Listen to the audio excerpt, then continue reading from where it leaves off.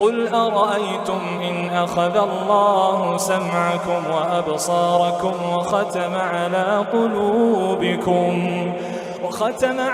قلوبكم من إله غير الله يأتيكم به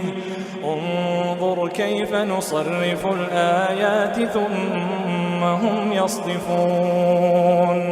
قل أرأيتكم إن أتاكم عذاب الله بغتة أو جهرة هل يهلك إلا القوم الظالمون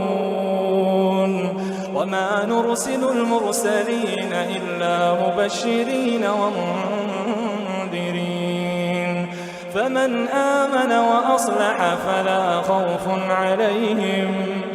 فمن آمن وأصلح فلا خوف عليهم ولا هم يحزنون